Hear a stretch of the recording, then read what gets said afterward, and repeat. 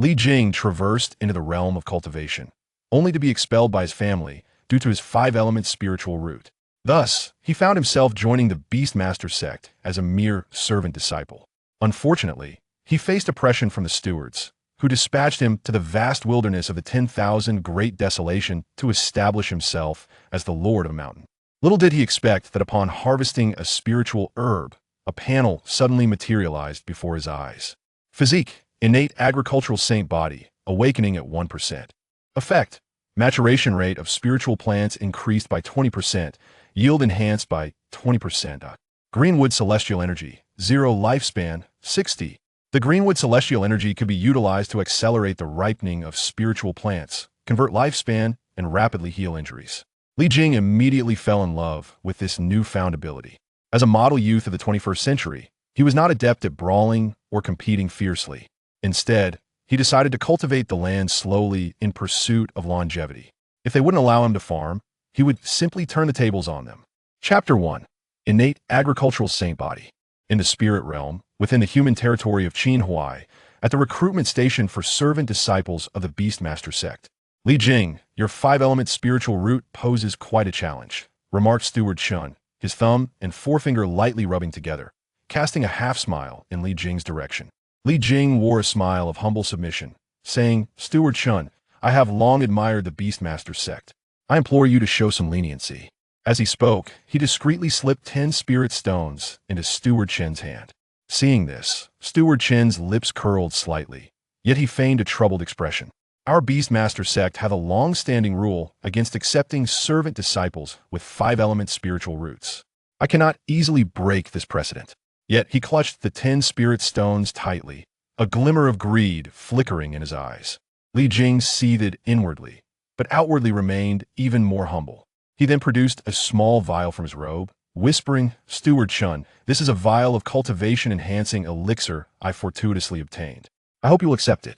Steward Chen's eyes sparkled with interest as he took the vial, opened it, and inhaled its fragrant aroma, revealing a satisfied expression. Clearing his throat, he pretended to be reluctant, saying, Well, seeing your sincerity, I shall make an exception this once. However, with your qualifications, you will only be able to assist the sect in its endeavors in the wilderness. What? Li Jing's eyes widened. He had long heard of the sect's ventures into the wilderness, a place teeming with ferocious beasts, where the mortality rate for servant disciples soared to 60%. With his mere first level of Qi refinement, he feared he might not return. What's the matter? Are you unwilling? Steward Chen's expression turned cold, as he swiftly stashed the elixir and spirit stones into his storage pouch, making any hope of reclaiming them utterly futile. Li Jing gritted his teeth in frustration at the steward's avarice. However, he understood the reality of his situation and did not wish to continue as a lone cultivator. I am willing, Li Jing replied, taking a deep breath. One must bow their head beneath the eaves. After all, the stewards of the Beast Sect were all at the foundation establishment stage, and he was but a frail youth, easily extinguished with a single slap. Steward Chen chuckled, waving his hand as he inscribed Li Jing's name in the register. All right, you may go over there to receive your servant attire and identification token. You are now officially a servant disciple of the Beast Sect. Shortly, someone will escort you to the 10,000 Great Desolation. Do not say I accepted spirit stones to facilitate this matter. However, venturing into the wilderness grants you an entire mountain, spanning over 100 acres, and all the harvest for the year will belong to you. Upon hearing this, Li Jing felt somewhat relieved. If the entire mountain were to be filled with spiritual grain, how many spirit stones could that yield? However, upon further reflection, his expression darkened. Such words sounded appealing, but the reality was that it was barren land. How much time would it take to cultivate it? And what would happen if the sect reclaimed it afterward? Moreover, there were the threats of demonic beasts. It would be fortunate to preserve one's life, let alone speak of harvests. Li Jing sighed. At least there was a glimmer of hope. He had truly endured enough as a wandering cultivator these past few years, living under the constant threat of uncertainty and with scarce resources. As a transmigrator, finding himself in such a predicament was quite unfortunate. Indeed, he was not of this world. In his previous life, he had stumbled into fortune the moment he stepped outside, finding himself in this realm of cultivation. He had become a direct descendant of the Li family, a prestigious lineage, yet his talents were woefully inadequate. Possessing 5 elemental roots, He had been expelled from the Li family to fend for himself upon reaching adulthood. Some might question how a direct descendant could end up in such dire straits. The answer lay in his father, who had taken over 100 wives and concubines, resulting in a progeny numbering nearly 80. Other direct descendants possessed better talents, and to prevent waste of family resources, they had naturally cast him out to become a wandering cultivator. Arriving at the errand worker's station, he was met by a young man of striking appearance. Upon glimpsing Li Jing's information, a spark of recognition flickered in his eyes. His fellow Taoist, Li of the Leaf family of Cloud Mist Mountain? The young man inquired with a smile. Li Jing, feeling puzzled, nodded slightly indeed. Ha ha ha. Cousin Li, I am Li Xian, also of the Cloud Mist Mountain Li family, a fellow direct descendant. I hope the family is well. Li Xian sprang to his feet, visibly excited. I never expected to meet a cousin here. Forgive me for not recognizing you. Li Jing smiled faintly. After all, they were family, which brought a sense of familiarity. Cousin, what brings you to the great wilderness to cultivate? Li Xian's expression sobered, his brow furrowing in concern. Li Jing shook his head with a bitter smile, recounting his misfortunes to Li Xian. That elder Chun is truly unkind. Li Xian sighed. Alas, with 5 elemental roots, venturing into the wild is still preferable to being a wandering cultivator, though it is perilous. Regrettably, my influence is limited, and I cannot arrange for you to go elsewhere. It's all right. I am content to join the Beast Taming Sect. Li Jing managed a strained smile, as it was certainly more stable than the life of a wandering cultivator. Li Xian's expression shifted slightly as he produced a crimson longbow from his storage bag and handed it to Li Jing. Cousin, your cultivation is but at the 8th level of Qi refinement. There is nothing of great value here. Allow me to give you this low-grade, first-tier red sun bow. This is entirely unacceptable. Please take it back. Li Jing hurriedly declined, for a low-grade first-tier magical tool was worth 4 or 5 spirit stones. I have no use for this bow. The great wilderness is fraught with danger, often beset by low-level demonic beasts. With this red sun bow, you shall have an additional layer of protection, Li Xian insisted, forcing it into Li Jing's hands. With no other option, Li Jing accepted it. Following that, Li Xian produced 2 black robes for errand disciples and an identity token, offering them to Li Jing. Dear cousin, cultivate diligently in the days to come. Despite our humble talents, the family shall not forsake us. Li Xian beamed at Li Jing, and upon noticing another individual approaching for their allocation, he waved his hand, signaling him to depart. Li Jing was deeply touched and repeatedly expressed his gratitude, but as he turned away, a shadow crossed his countenance. What scheme could Li Xian be plotting? He was not naive enough to believe in such altruism. After years of navigating the treacherous waters as a rogue cultivator, he had become accustomed to the deceptions and intrigues of others. How could one so readily bestow a low-grade magical artifact worth 40 to 50 spirit stones? They shared no kinship. Even among family members, they were not blood brothers. Even blood brothers could become sworn enemies over a mere artifact. After a moment of contemplation, Li Jing surmised that this must pertain to the interests of their clan. Whatever the case, a free artifact is a boon. I shall deal with future matters as they arise. Upon returning to the waiting area, he found 3 individuals already seated. One was a middle-aged man, perhaps in his 50s or 60s, clad in tattered garments, his eyes glinting with greed as they fell upon Li Jing's sunbow. Among the remaining 2, a young woman donned a pale yellow dress, her skin as white as snow, exuding an innocent charm. The other was a young man in his 20s, with a face like jade, scanning his surroundings with evident anxiety. Li Jing chose not to engage in conversation and found a seat, awaiting the arrival of Steward Chun to escort them to the great wilderness. Before long, Steward Chun strode over, producing a silver-white flying vessel from his storage bag. Board the vessel. I shall take you to the great wilderness, he announced indifferently. Upon hearing this, the group hastily climbed aboard, and with a swift incantation, the vessel soared into the sky, transforming into a streak of silver light as it sped towards the horizon. At that moment, the tattered middle-aged man rubbed his hands together and addressed Li Jing. Friend, I am Yin Jian, a humble rogue cultivator. May I inquire your esteemed surname? Li Jing frowned inwardly, but replied with composure. I am Li Jing, a scion of the Leaf family from Cloud Mist Mountain. Yin Jian's heart skipped a beat, and he chuckled awkwardly. Ah, esteemed friend hails from a prestigious lineage. I have been quite presumptuous. Not all, no offense taken. As we journey to the great wilderness, we may encounter peril. Your assistance may be required in the future. Li Jing narrowed his eyes, sensing the man's ulterior motives regarding the sunbow. If he did not invoke the Li family name, there was a real possibility of treachery. Indeed, it is only natural. As cultivators venturing into the wild, we must unite and support one another, lest we fall prey to the beasts that lurk therein. Yin Jian replied with a slight smile, his gaze still lingering on the sunbow. The remaining two passengers leaned in to listen, nodding in agreement at his words. The atmosphere lightened, and they began to introduce themselves.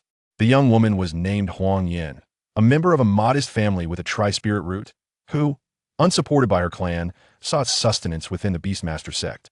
The young man introduced himself as He Xiao, a practitioner from the He family of Bamboo Mountain, equally of mediocre talent, compelled to join the Beastmaster sect. Deacon Chun cast a glance at the crowd and casually tossed out 4 storage bags, stating, "Within these bags lie the tools and seeds necessary for your farming endeavors, along with provisions for a month, as well as the cultivation methods of the Beastmaster sect. The sect will supply food monthly, and after a year, you shall be self-sufficient, at which point the sect will collect 60% of your harvest." The group hurriedly accepted the storage bags, their excitement palpable. Yin Jian's eyes sparkled with enthusiasm as he continuously rubbed the bag, yearning to press his face against it.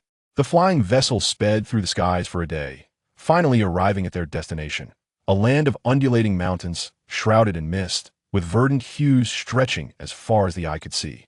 Terraced fields adorned the mountaintops, where sunlight cascaded down, shimmering like liquid gold.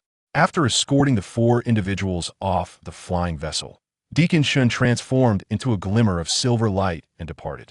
Li Jing examined the storage bag, reflecting on the benefits of joining the sect. Although the bag was merely of low-grade quality, it was still worth over 20 spirit stones. Surveying his surroundings, Li Jing discovered that the area he was assigned to was named Siwei Mountain. Previously, a disciple had managed it for a year before being carried away by a beast. The spiritual fields they had cultivated were now overrun by weeds, with only a sparse amount of mature spiritual rice struggling to survive amidst the thicket. Curious, Li Jing snapped a stalk of the spiritual rice, and suddenly, a blue glowing panel appeared before his eyes. Constitution, Innate Farming Saint Body, awakening at 1%. Effect 1. Growth rate of spiritual plants increased by 20%. Effect 2. Yield increased by 20%. Effect 3. Cultivation speed increased by 10%. Effect 4. Comprehension improved by 5%. Immortal Qi. Lifespan, 21,900 days. Is this a system? Li Jing exclaimed in delight. But soon a wave of information surged into his mind, causing his expression to shift slightly. According to the information, this was not a system at all, but rather the awakening of his innate constitution, the innate farming saint body, also referred to as the Ao Mu immortal body, albeit not fully awakened. The panel was a manifestation of the Ao Mu immortal body, transmuted into an understandable format based on his memories, guiding him on how to awaken his immortal body. The Ao Mu Immortal Qi could be utilized to awaken his constitution, hasten the growth of spiritual plants, and convert lifespan. Overwhelmed with the information flooding his mind, Li Jing nearly shouted in exhilaration. This constitution was remarkable. If he merely focused on farming, achieving immortality would no longer be a dream. Chapter 2. Siwei Mountain. As he ascended the mountain path, to his left lay a tranquil and profound forest, where bird calls were scarce and the chirping of insects grew faint, sending a chill down Li Jing's spine. Promptly, he drew his bowstring taut, vigilantly peering into the depths of the forest. After a moment, the sounds of birds and insects resumed, indicating no immediate threat. However, he remained cautious. It was likely that beasts lurked within the woods, and any misstep could result in a sudden attack.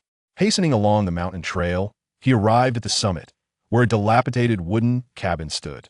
Its walls bore the terrifying marks of claws and faint traces of blood, sending a shiver through him. Li Jing's heart tightened. These were likely the remnants of the previous errant disciple's struggle with a beast. Kicking open the door of the cabin, he swiftly retreated, aware that if a beast lay in wait inside, escape would be nearly impossible. After a prolonged silence within the wooden cabin, Li Jing exhaled a sigh of relief and cautiously entered, clutching the crimson sunbow. The interior of the cabin was already cloaked in a thick layer of dust. As he stepped inside, the dust swirled into the air, filling it with a faint odor of decay and mildew, prompting Li Jing to cough. He glanced around the modestly furnished cabin, which contained merely a wooden bed and a few tables and chairs. Nothing more. A large hole in the roof allowed beams of light to filter through, illuminating the dust motes that danced in the air. To the right of the entrance, there was a small door. Upon pushing it open, he found the kitchen, where a small stack of firewood was built in one corner, while an assortment of rusted animal traps lay piled on the opposite side. After surveying the kitchen, Li Jing noted that the iron pot had succumbed to rust. Fortunately, the storage pouch bestowed by Steward Shun contained sufficient provisions, alleviating the need for further shopping. Returning to the main room, Li Jing took advantage of the remaining daylight to commence cleaning. Dust billowed into the air, compelling him to open the windows, allowing the particles to disperse with the breeze. After an hour of diligent tidying, the cabin appeared revitalized, infused with a semblance of life. Having completed these tasks, Li Jing returned to the kitchen to examine the collection of animal traps. Although the Qingwei Mountain had been cleared of many beasts, it was prudent to assume that a few might still lurk unseen. Night was rapidly approaching, and should any beasts venture out after dark, a mere first-level Qi refining cultivator like him would surely meet an untimely demise. Upon inspection, he found 10 traps, 2 of which were broken. Li Jing retrieved the remaining 8 intact traps, meticulously checking them for functionality before setting them up around the cabin. He concealed the traps amidst the grass and trees, leaving only small mechanisms exposed so that any beast stepping upon them would be ensnared. By the time he finished setting the traps, darkness had enveloped the surroundings. He hastily secured the wooden door and inspected the walls of the cabin. Despite their numerous cracks and decay, they would offer some measure of protection against any approaching beasts. Resolute, Li Jing decided to repair the cabin first thing in the morning. Otherwise, should a beast attack, he would be utterly defenseless, ensuring an early end to his life. Having recently awakened to such formidable potential, he could not afford to perish prematurely. Lighting a candle, he opened the storage pouch provided by Steward Shun to examine its contents. Within, he discovered a sickle, a hoe, a hatchet, an iron pot, bedding, and an ample supply of spirit rice seeds. These spirit rice seeds shimmered with a golden hue, as if infused with a flowing light. Li Jing recognized them as golden spirit rice, a low-tier spiritual plant that yields approximately 400 pounds per acre. Consuming it could enhance one's cultivation and improve one's physical constitution. However, it required prolonged consumption to yield significant benefits. A mere taste would not suffice. The price of golden spirit rice was 30 pounds per spirit stone, yielding only 13 spirit stones per acre. Li Jing felt rather satisfied with this. Given his innate talent, he could increase the yield by 20%, meaning an additional 80 pounds of spirit rice, translating to 2 more spirit stones in profit. The storage pouch held many more items, and as he glanced inside, he was surprised to find a curved plow, which made him involuntarily twitch the corner of his mouth. In this desolate place, where could one possibly procure a cow? Even if there were nearby markets, they would be beyond his financial reach. Over the years, he had exhausted his amassed spirit stones on elixirs to enhance his cultivation and had even bribed Elder Chun, leaving him utterly destitute. He emptied his storage bag, revealing a sack of rice weighing 100 pounds. Mere ordinary rice, not the spiritual variety. Next, several yellowing books tumbled out, and Li Jing picked them up to examine. Among them was the Longevity Sutra, a cultivation method popular among low-tier practitioners. This technique nurtures a prolonged spiritual essence and sustains vitality within the body, allowing one to achieve the pinnacle of Qi refinement and extend their lifespan significantly, potentially living up to 150 years. The realms of cultivation are categorized as follows: Qi refinement, foundation establishment, golden core, nascent soul, spirit transformation, void return, integration, great ascension, and loose immortal. Li Jing practiced the same Longevity Sutra, a balanced and harmonious method that comprises 12 layers, of which he had only mastered the first. He glanced at the remaining books, which contained spells and a manual on cultivating spiritual rice. There was the sound wave technique, enabling the caster to unleash a sound wave. While its lethality was modest, it primarily served to eliminate pests threatening the spiritual rice. The golden thread technique allowed the caster to conjure a slender golden thread, as fine as silk, with the hue of molten gold and the resilience of tempered steel. This technique possessed formidable offensive capabilities, effective against both pests and demonic beasts. The spirit shield technique enabled the creation of a magical shield of energy before oneself. though its defensive power was rather average. The final tome was inscribed with the Beast Heart Communication Record, a method for taming beasts, a foundational technique of the Beast Taming Sect. Naturally, such a method would be out of reach for mere servant disciples. Li Jing perused it for a while, discovering it to be a fragmented text, useful only for subjugating low-tier demonic beasts. On the first night, at Sui Mountain, Li Jing felt no inclination to sleep. He began to delve into the golden thread technique. With a touch of insight, even minimal, his learning process became significantly more manageable than before. Imitating a tiger drawing a cat, he formed a hand seal, and a golden thread flowed from his fingertips, shimmering like the fine threads adorning a golden robe. The golden thread flashed brilliantly, piercing the wall and emerging unscathed, leaving no trace of the assault on the wood. Li Jing was quite pleased. The penetrating power of the golden thread technique was truly astonishing. If he could cultivate it to perfection, he could undoubtedly achieve the ability to kill without leaving a trace. As the night deepened, the melodious chirping of insects filled the air. After listening for any disturbances outside and finding none, he extinguished the candle and succumbed to slumber. The silver moonlight seeped through the broken eaves, transforming into delicate fairy-like wisps that gently brushed against the dust-laden beams, carrying with it a hint of ethereal chill. The following morning, Li Jing awoke early, having spent the night in a state of unease, fearing the intrusion of demonic beasts, and thus remained in a semi-conscious state. He made his way to the kitchen, where he used the firewood to prepare a pot of rice porridge, a simple meal to sustain him. He then retrieved his axe from the storage bag, intending to fell some trees to repair his wooden dwelling. Standing atop the mountain, he surveyed the surroundings.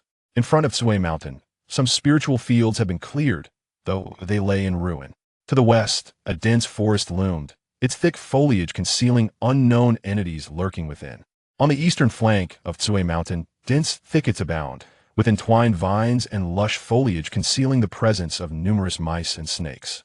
To the north lies the rear mountain, a verdant bamboo grove where clouds and mist weave through the valleys, and the swaying bamboo creates a scene reminiscent of undulating azure waves, as if celestial beings are gracefully waving their sleeves, exuding an ethereal charm.